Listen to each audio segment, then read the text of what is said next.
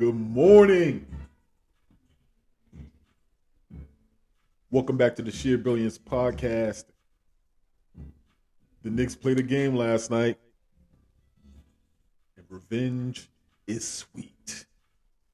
Knicks continue to fight as they beat the listless Portland Trailblazers last night. And we're going to talk about it today. But this is a special edition today. This is the Knicks Deli Edition. So we're going to get into that. Super excited. It feels good always when you wake up the next morning with a Knicks win. Very good, very good, very good. Our boys showed up in the revenge game. I told you it was a revenge game. If you check my Twitter at Sheer Brilliance, I was able to post a short that had RJ say it in his post-game press conference. He said, yeah, we remember what they did last time.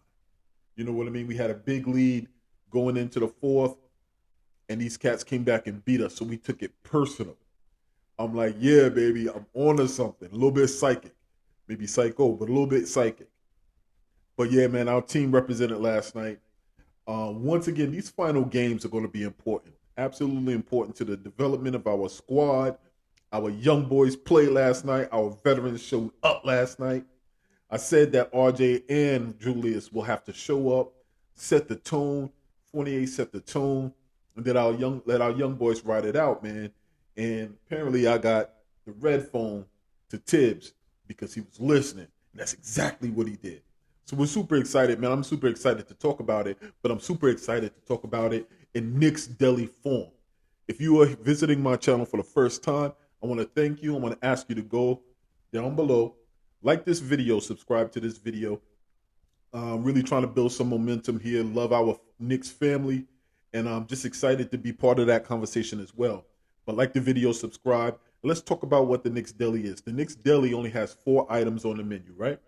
So the first item, obviously, is bacon, egg, and cheese. So if you're from New York, you know bacon, egg, and cheese is that nice little combination. It hits different in the morning, and you got to get it before you go to work so you can eat it in the car on your way to work, right?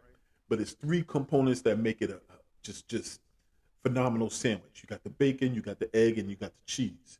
So when we talk about who's the bacon, egg, and cheese of the game, we're talking about the 3 players that really was a great combination that contributed to this win. Next item that's on the menu is the chopped cheese. Now the chopped cheese is relatively new, but that thing be busting. You know what I mean? So we're going to look at the player who's relatively new, whether it's to the team or new in terms of emerging as an important piece to this team. And they really had a game where they were just busting. You know what I mean? The next item on the menu is the dollar slice. Now, the dollar slice, if you're from New York, you know that the dollar slice is a classic staple of New York. You know what I mean? It's that famous go-to. You know, it's just good, and it's consistent. You know what I mean? Just consistent as being a good staple for New York. So we're going to talk about who is the dollar slice of the game. And in order for all of it to go down nicely, you need a quarter water. If you're from New York and you know that the quarter water is part of the culture, especially in the hood. You know, you had just enough for the dollar slice, or for the chopped cheese. But man, you was just thinking, what I'm going to have to drink. Man, that quarter water came through right on time. So we want to talk about who's the quarter water of the game. Whether it's one quarter that they really, busted out and helped put us over the edge, or just in an overall observation. You know what I mean? Did they have a moment where they made their impression on the game, their impact on the game? And then I'm just going to tie it up with some thoughts. Just tying up and wrapping up this recap, man. It was great to see. It was a great game to watch from start to finish. But let's get into it. Let's talk about Knicks Deli. All right? But first and foremost, man, RJ Barrett, 31 points. Julius Randle, 21 points. Evan Fournier splashing them threes. The young players developing. Man, everybody eats at the Knicks Deli. Everybody eats. Everybody eats. Okay? Especially at the Knicks Deli. So let's get into it. But first and foremost, my name is Baraka Bashir. I am your host of the Sheer Brilliance podcast, but you can call me Shir, and we want to get right into it. If you're checking out the Knicks Deli Edition, I talked about the components of the menu. So we're going to talk about, first and foremost, who's the bacon, egg, and cheese. The bacon, egg, and cheese, if you watch the game, was really obvious. First and foremost, it was RJ Barrett. RJ Barrett is growing before our eyes. I know everybody is saying the same thing. Um, I'm no different. RJ Barrett, man, is developing into his own type of player. You know, you can look at him and see that there are some ingredients and some spices from other players. He got a little bit of James Harden. He got a little bit of um, Jimmy Butler. But what he is also doing, he has a little bit of his Mamba Maple mentality, where he is just putting it all together. He's putting it all together and he's becoming his own person in this league. And that's what you hope for. You know what I mean? You can always look to the greats to talk about how you're going to model your game. But at the end of the day, you have to become an original, some way, shape, or form. You're going to have to come through as a player and step up and put your own stamp and your own print on this game. And RJ Barrett has been doing it. I absolutely love his growth. His maturity has always been there. His mentality not to get too high or not to get too low. His deadpan look in interviews, although I did catch him relaxed and laughing and a little bit out of character. And for them to still have that type of energy at this point in the season shows that it's bigger than that they're working on something bigger. You know what I mean? If you watched the game last night, there was just the cohesion and the chemistry. You know what I mean? And there was a point in time in the game when the backups came in, and once the backups came in and got on the floor, you know, RJ huddled them over like, "Come over, come over, come over," and they huddled. Now I'm a lifelong Duke fan, so I saw him when he was doing it at Duke with Zion and all them other boys. You know what I mean? When he was getting them together, like, "Yo, listen, boom, boom, boom. This is what the game plan is. This is how we rocking. This, that, and the third." And for me, I was just like, "Damn, yo, we're watching RJ about to wrap up his third year and go into an off season to come back into his fourth year. What are we going to see from RJ in his fourth year?" I'm super stoked. I'm super excited for what his future has in store. Because in that moment, he said during the press conference, he said, "Yo, I just wanted to get them, you know, all together and let them know, like, yo, listen, this is what we doing. You know, we bringing y'all in. Y'all gotta maintain this energy. Y'all gotta put a, you know, keep a foot on their chest, keep them, you know, focused and locked in and at bay, because we don't want to give up this lead." And in that moment, it was just like, yo, RJ is real comfortable taking on the leadership position. So I was super proud of him, man. That man went in there and dropped 31 points, 5 assists. You know, really had a presence in the game. His confidence is off the chain. RJ, man, you are the bacon of the bacon, egg, and cheese. Now, the egg of the sandwich is going to be IQ. IQ. Emmanuel quickly is the egg of the sandwich. This game, man, once again, somebody else who's also growing in terms of his confidence, in terms of his controlling the pace of the game, also in terms of his shot is starting to improve as well, and his vision for the game. Man, IQ is coming through, bro. IQ is coming through. IQ is developing.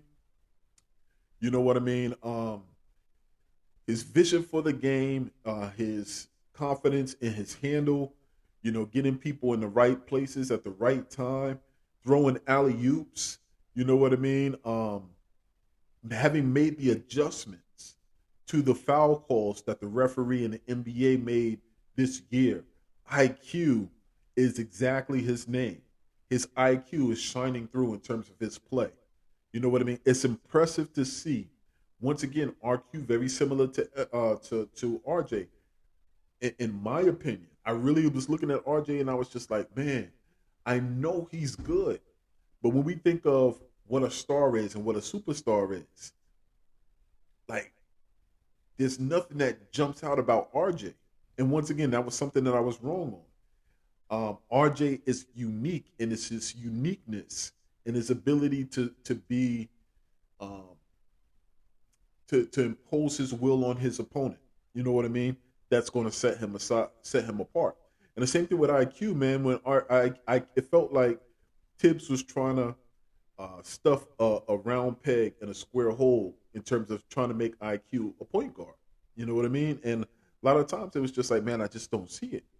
But that's why Tibbs is getting paid millions of dollars, because apparently, in terms of talent evaluation and what he sees every day in practice and the conversations that he has, research that he's done on IQ, He's able to see a point guard there.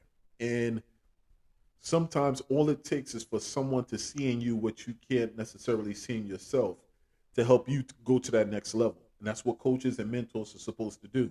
And apparently that's what Tibbs is doing because IQ is buying in. You see it in his development. You see it in his conversations, his embracing of that role as point guard. And I also saw it. There was another short that I posted, folks. It's early on, man, but I'm posting some good stuff. Go to my channel, check out that clip that I posted on IQ. IQ talks about Deuce McBride in his interview, and he beams, but he talks about how Deuce McBride challenges him in practice. And one thing I absolutely loved about 90s Knicks is you heard about the many, many urban legends that were coming out of the practices that they had. The fact that the practices were intense and that the practices, they had such heightened competition. And when they had heightened competition in practice, then the actual opponent on game day was barbecue chicken. So to be hearing that from IQ about Deuce and the fact that he says he has good chemistry with him and that he loves playing with him makes me think, man, is this our backcourt of the future? You know what I mean? So I was excited to just be able to watch that game and to be able to see those two on the floor and to see how that would unfold. And it came through, man. IQ finished with about 18.6 assists and 5 rebounds. And that's all that we asked from our starting point guards. So, that was exciting to see. So, Emmanuel, quickly, you are the egg of our bacon, egg, and cheese breakfast special this morning at the Knicks Deli. And lastly, who is the cheese? The last component that makes that bacon, egg, and cheese hitting, boy, and it has to be Julius. Julius, in terms of efficiency, didn't really have a maximum efficient night, but for the most part, man, Julius did Julius. He came through in certain points. He did his bully thing. Man, he had that dunk. He had that facial. Man, they better listen. I better see it on the highlights. You know what I mean? Because that center was giving him some problems. I apologize. I don't remember the name of the young man, but the center was trying to do his thing. He had a couple of sharp elbows at one end. And, Julius, went to the refs as he typically does. And you know what I mean? And he tried to tell him, yo, watch out for this guy. Watch out for this guy. But he handled business as you should as a player. When you're not getting the calls, you punish him on the other end. And Julius went down to the lane, hit that little stutter. He was focused. Bam, facial, boy. I was on the telephone and I was talking to a friend of mine, and I just had to jump out of my seat and shout. He was just like, yo, boy, let me find out. I got to turn to this Knicks game. I'm like, yo, you better turn to it because they turn it up right now. So in terms of our Knicks Deli Edition, the bacon, egg, and cheese is Julius, Quickly, and RJ, the bacon, egg, and cheese at Knicks Deli this morning. The best item that's on the menu, the best combination of the three that impacted the game. We're talking about RJ, we're talking about Julius, and we're talking about Emmanuel Quickly. So granted, it was against a depleted Portland Trailblazers team. One thing you can't gloss over is this same type of depleted team gave us a loss. I believe it was like February 17th or the middle of February, on February 12th when we played them. They came back, chipped away as they tried to do early on until we ratcheted it up, tightened up the defense, and let them know this is not happening today.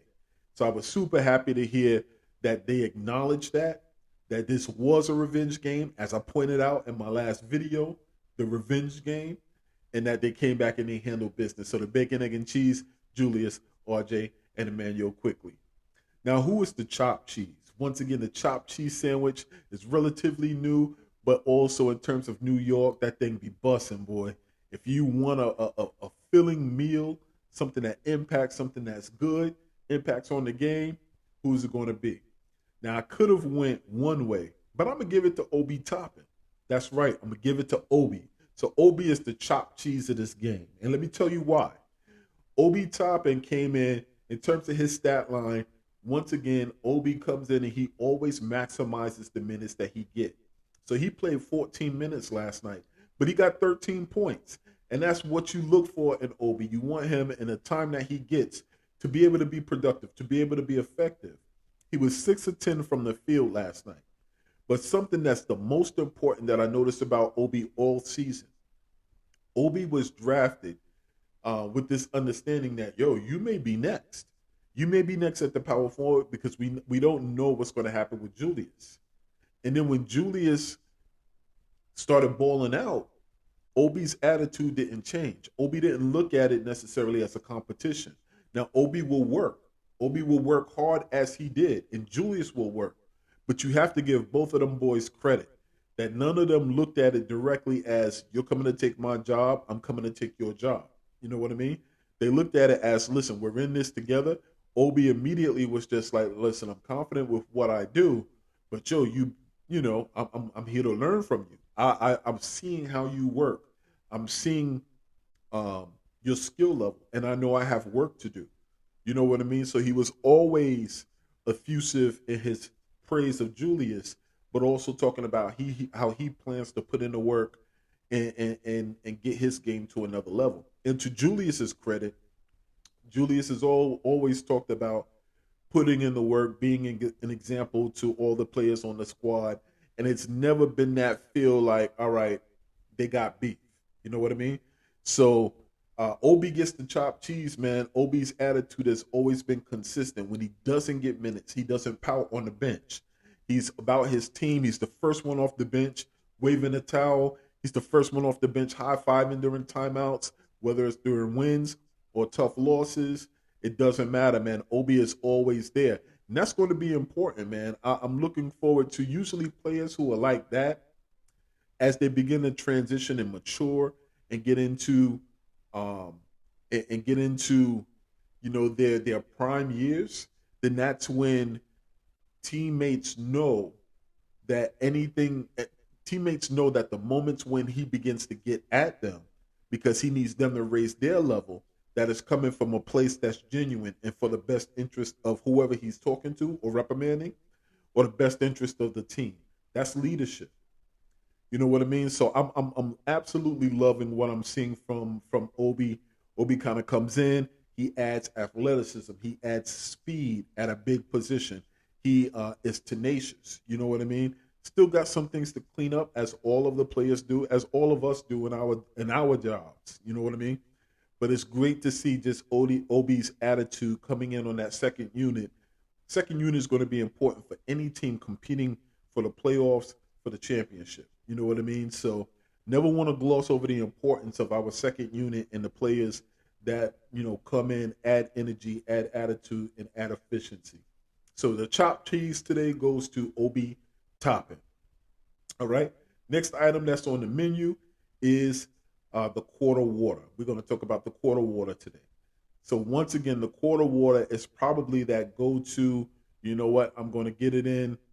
I've ordered my main meals, but I don't have much money for anything else, but I need something to wash this thing down. The quarter water is that person that comes into the game and makes an impact at some point during the game, at some point during one of the quarters.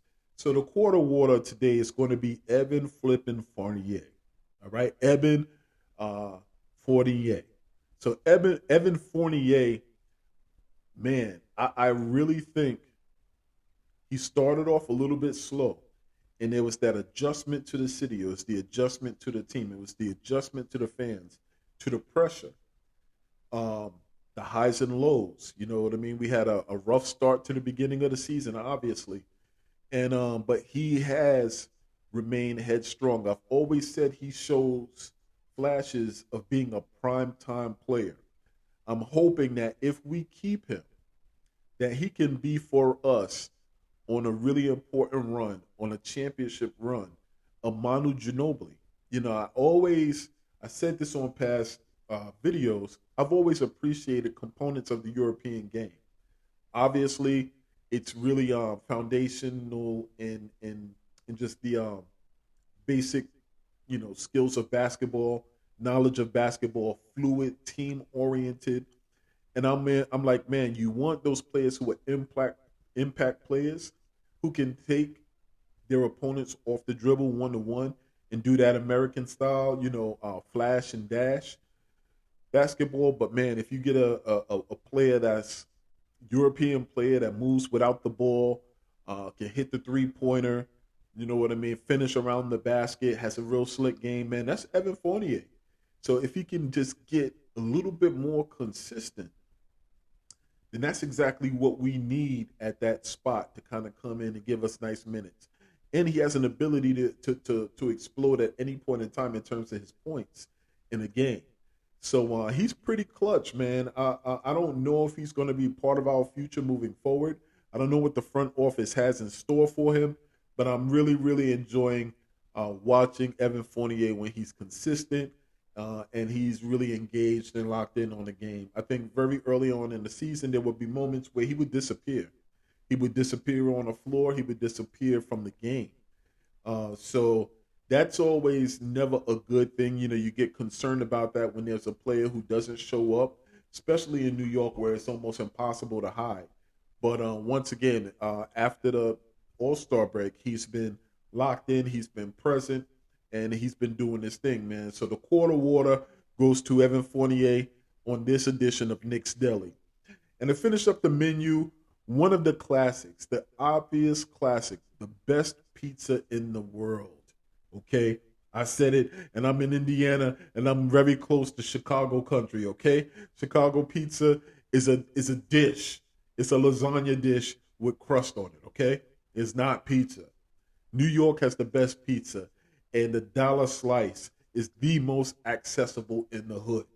So the dollar slice is the staple of any New York dish. You know what I mean? In terms of Knicks edition, it's who is the most consistent. You know, just that thing is good, man. If your go-to is the dollar slice when you're hungry, you know what I mean? You had a long day. You just don't want to think about what you're going to eat, but you just know you need something to grab real quick. You know what I mean? So it has to be the dollar slice. All right? And in our Knicks edition for today, for this game, I'm going to split the dollar slice down the middle, right? You know, when you take your shorty, you know, the pizza, you coming home from school, y'all walking, but you only got enough money for one slice, right? But you need to split that up because shorty hungry too. So you purchase $1 slice, and then you ask the guy to slice it down the middle to make two smaller slices, and you split it with your shorty. Now pause all the way, okay? Because I'm gonna split this dollar slice between two players, and that those two players are at our center position. So I'm gonna give this dollar slice to both Jericho Sims and Mitchell Robinson. Nick family, what we're seeing here is our future at the center position.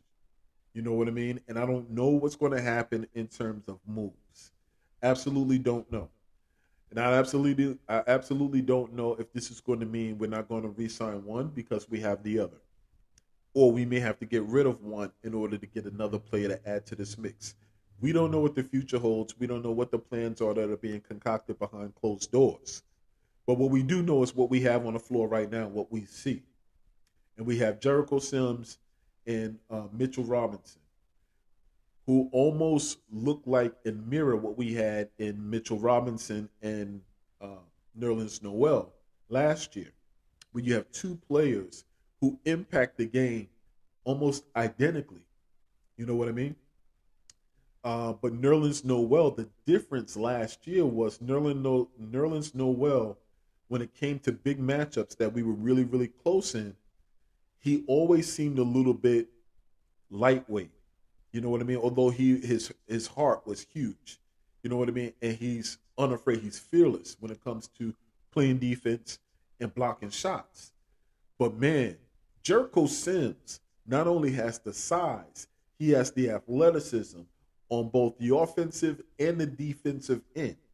He will embarrass you from vertical under the basket, just like Mitchell Robinson does. When you have your starting center and when you have your backup center playing with force, where people will think twice about trying to go up and block their shots. If you have those two in a game against Giannis, Giannis is going to have to work doubly as hard even when Mitch goes to the bench. Anybody who is at the center position, when Mitch goes to the bench, it's not easy work anymore. It's not easy work. So you got to understand that we have something good here. And if we could find a way to keep it and let that be part of our one of the cornerstones that we have moving forward, then we absolutely need to do this. Mitchell Robinson, Jericho Sims, 6 rebounds last night, 7 rebounds last night.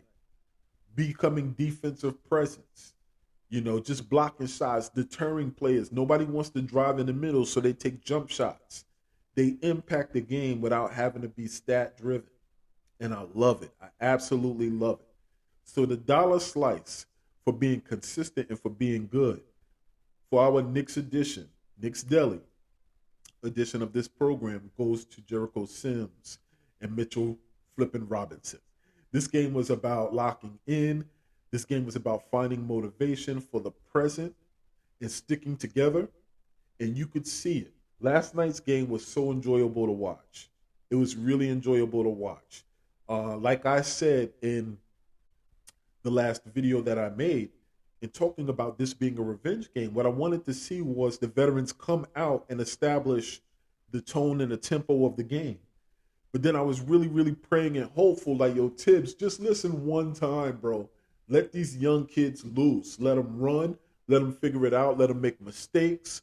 Let them play against other players who are playing pro level and improving as well, because they're playing against professionals every night, even if they're young, even if some of them were pulled from wherever they were pulled from and they weren't consistent in the rotation. You know what I mean? Chauncey got them out there competing, against these teams. But I'm like, man, if we came focused and we remember what happened in the last game we played them, then we should be able to keep the pressure on them for all 48 minutes and pull out this win. I said we should win by at least 12 points. And I did not expect a 30-piece to be presented. So really, really, I was truly happy to kind of see this as well. Once again, I just think in terms of our young players, their improvement and their development is palpable. The topic of conversation by some of the reporters, some of the articles that we were seeing, is Tibbs' status. So if you've watched my previous videos, you know that I'm a pro Tibbs. I'm on Team Tibbs. You know what I mean? Have I been frustrated by some of his lack of, being open to change? Absolutely. Have I been frustrated by some of the plays and some of the offense? Sometimes the offense seems stagnated. Absolutely. But once again, you don't know what the overall plan may be. You know what I mean? We know what we see from the outside looking in, and the eye test means something. You know what I mean? So when I have my arguments and my conversations with my fellow Knicks family and other Knicks fans, man, and I'm like, all right, we can agree to disagree, but in terms of long term, I think that's something that is part of our building process. This is the second year of the rebuild, and I think we were really drunk with the wine of the world of last year, because we didn't anticipate that level of improvement or that level of buy-in or that level of belief in the coach that completely transformed the same team that we had the year prior, who was terrible. And we just were able to turn it around. So I really think we got ahead of ourselves in expecting this is from this point, we want to replicate that level of success. At the very beginning, I'll say it once again, I know I said it in a previous video, Tibbs tried to get us off that. He was just saying, listen, this is not last year's team. This is a completely different team. You know what I mean? So don't think you're going to get the same results from this year that we had from last year. Maybe it's better, maybe it's a little bit worse, but this is a different year. This is a different team. But one thing I'll say is this. In watching those young players play last night, I was looking to see like, man, okay, so we had the regular starters. Who is Tibbs subbing in? So you start to see some of the young players subbing in, and when they were subbed out, more young players will come in. And one thing that I noticed when watching that game, I was like, man, there was no young player that came onto the floor that I didn't want to see play. There was no young player that came onto the floor that I was just like, oh my God, all right, just can we wait till the starter gets back in? I can't wait till the starter gets back in. Like, when is he coming off of the bench? And checking in at the scorer's table. There was no young player. Now the kid that was at the end, the point guard that I think we had just signed, I forget his name. I believe it's like an Italian name. Um, but that young man, I don't know much about. He was the only player that when he came on, I was just like, yo, let's go. And even he hit the 3-pointer on a shimmy step back. You know what I mean? So crowd went nuts. You know how New York do. We show love. We show love because everybody eats at the Knicks Deli. You know what I mean? And it was the Knicks Deli last night. Everybody was eating. Everybody was eating. So, but when those young players came in, man, I was just like, yo, bro, there was no player that I didn't want to see. And that means that says a lot about how we are invested in this team. You know what I mean? We drafted these players. Um, we saw their comparisons, their NBA comparisons, and we saw the glimpses of maybe what they could be. That's why we were so frustrated with Tibbs when he doesn't let them play and when he focuses on the veterans. But also, I think sometimes we underestimate the importance of being able to learn um, from players who have found success in this league before and to see how they work and to see the habits that they're establishing. Because if we know very early on, even with Mitch and Kevin Knox and Mitch's block party, Mitch was very immature. You know what I mean? He was very immature. And when Tibbs first came in, he told Mitch right away, I don't think his work ethic is going to work for me. And that was a little bit of buzz because you started hearing at that time Mitch Robinson's agent and his camp talk about, like what does this guy mean? You know what I mean? Maybe we need to start looking around at other options.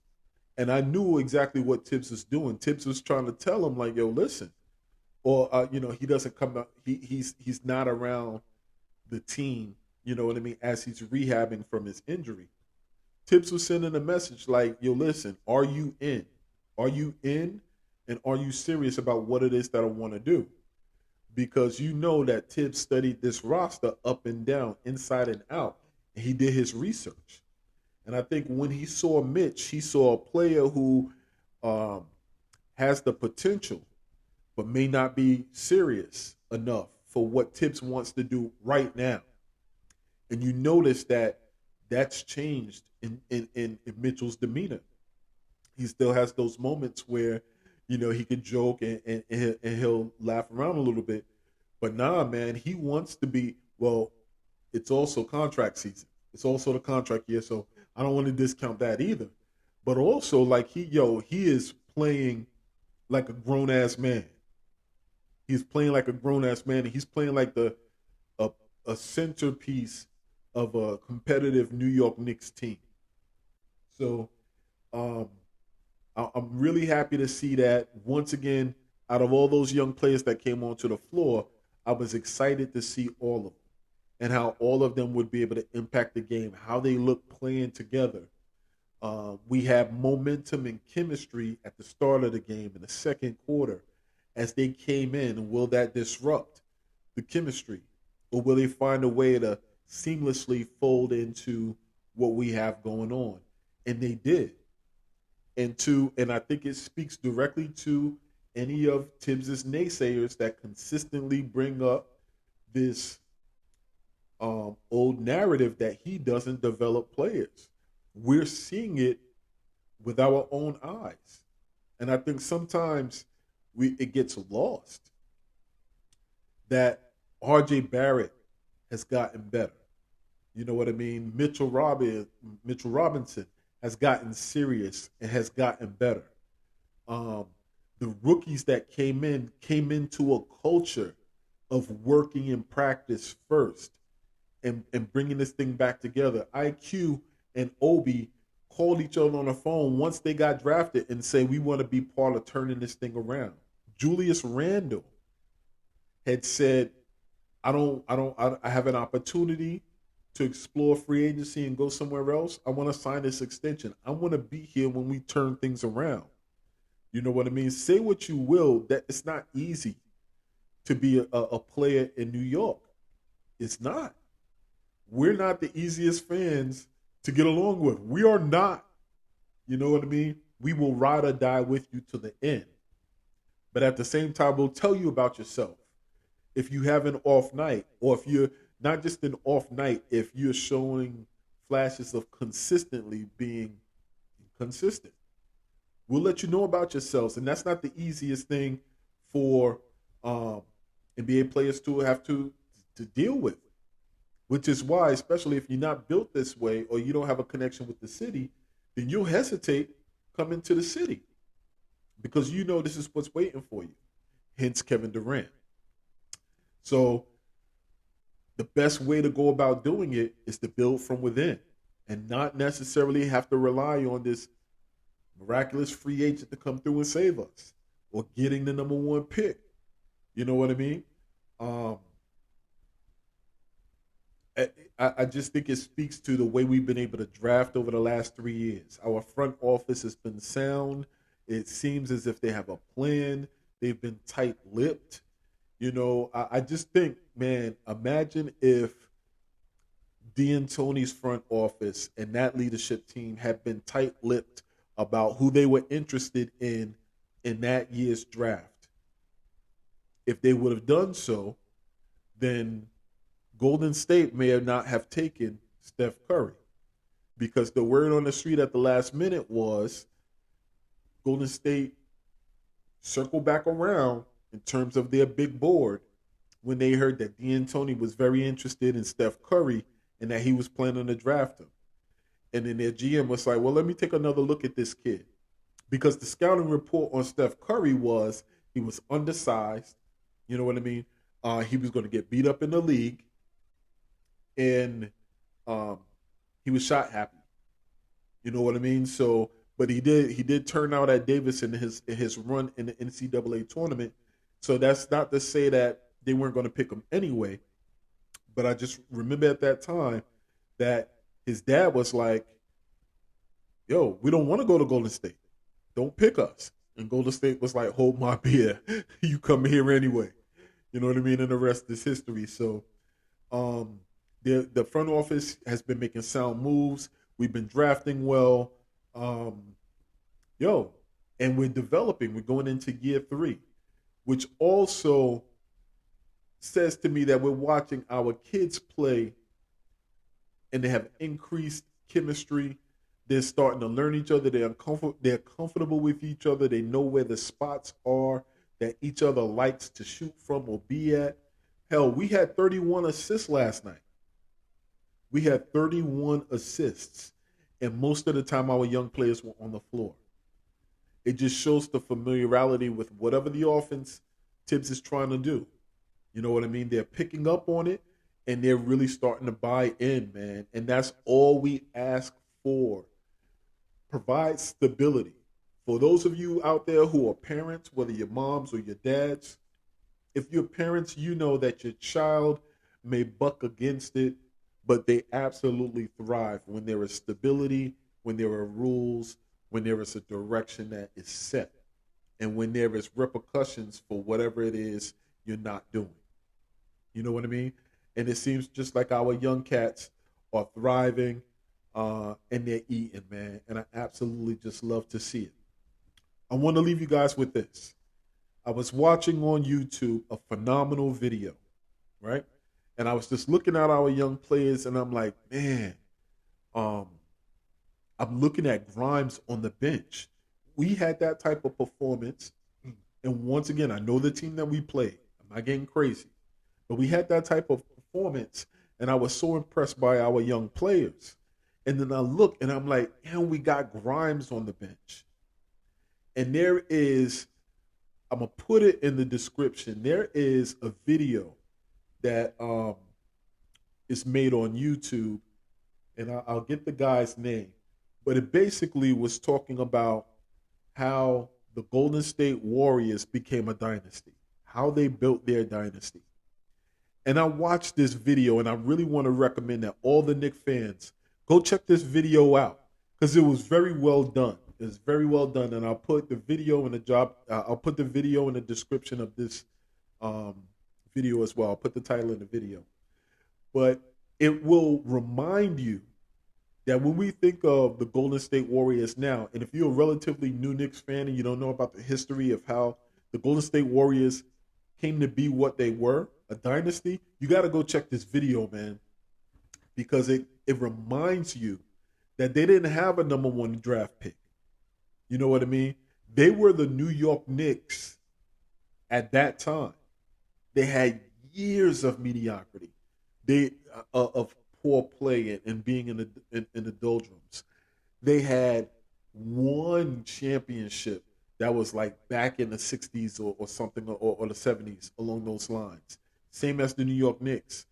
And they, had a change in ownership. That ain't never going to happen.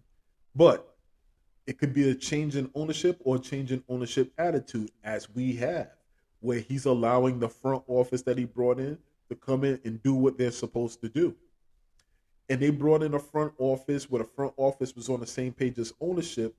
And I remember they were torn between keeping Steph Curry, who consistently was getting injured, or keeping Monty Ellis, who was tearing up the league at that time. You know what I mean? And the Golden State Warriors fans loved Monty Ellis, as rightfully they should have, because he was beasted. You know what I mean? He was athletic. He was a scorer. You know what I mean? He had you gotta believe, like buzzing. You know what I mean? Baron Davis. Prior to that, they were buzzing. So it was huge when that front office looked at it and said, "Okay, which one do we keep and go with and commit to?" And initially, they were going to trade Steph Curry. According to that video, and I remember it once I saw it, they were going to trade Steph Curry to the Milwaukee Bucks. Am I bugging? No, I'm not. They were going to trade Steph Curry to the Milwaukee Bucks. And then they thought better of it, and they sent Monty Ellis to them. You know what I mean? And the other time they were going to make a trade that could have completely thrown their future off course, was they were going to trade Klay Thompson. And Jerry West, who was with them at the time, said, "If you trade Klay Thompson, I'm leaving." He was just like, "If you trade Klay Thompson, I'm out.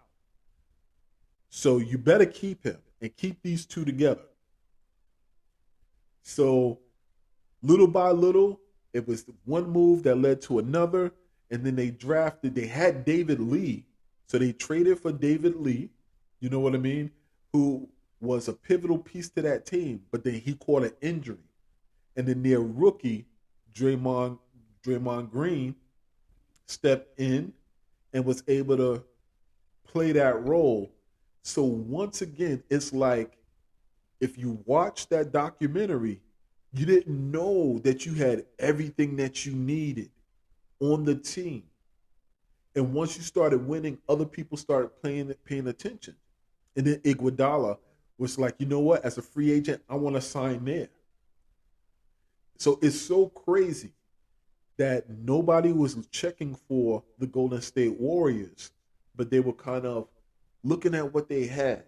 I'm going to develop this here. Steph Curry didn't become Steph Curry until year 4. He had seasons where he was battling ankle injuries. They say he had no ankles. There was a question about giving him a contract. They were considering if he was a max player. It's so crazy. So I was blown away by that video, and I'm like, man, you can watch that video and see the parallels. Once again, I know I'm sounding delusional, but watch this video and you'll see. Because I was looking at that video and I said, why can't Grimes be Klay Thompson? Why can't Grimes be Klay Thompson? Why can't IQ be a knockoff Steph Curry until he's the IQ? You know what I mean? Why can't Obi Toppin be Iguodala? Why can't he? Why can't Julius be Julius? Why can't RJ, if I'm pulling in somebody else, why can't RJ be a Jimmy Butler or a James Harden? Like, why can't it be us? But once you watch that documentary through, it's going to give you this feeling that there's too many parallels that I see with their young team and our young team, and how you have to go through highs and lows in order to become who you're supposed to become.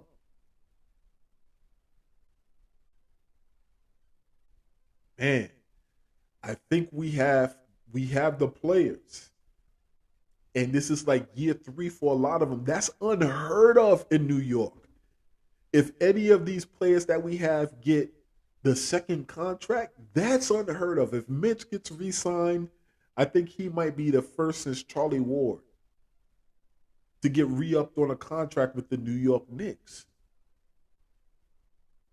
And then RJ is going to be up. And you know RJ's a max. Bro, I don't know, man. But I'm gonna put that video in the description. I just listen, I really think it's a great video. They went from laughing stock to dynasty. So why can't that be us? I think we're overdue. So keep in mind, the same thing applies to life as applies to our team. If there's no struggle, there is no progress. And last but not least, we're here and we got next. Thank you for watching the Knicks Deli edition of the Sheer Brilliance podcast. Have a great day. Enjoy your day. It's a beautiful day out here in Indiana. Hopefully, it's a beautiful day where you are as well. I'm out.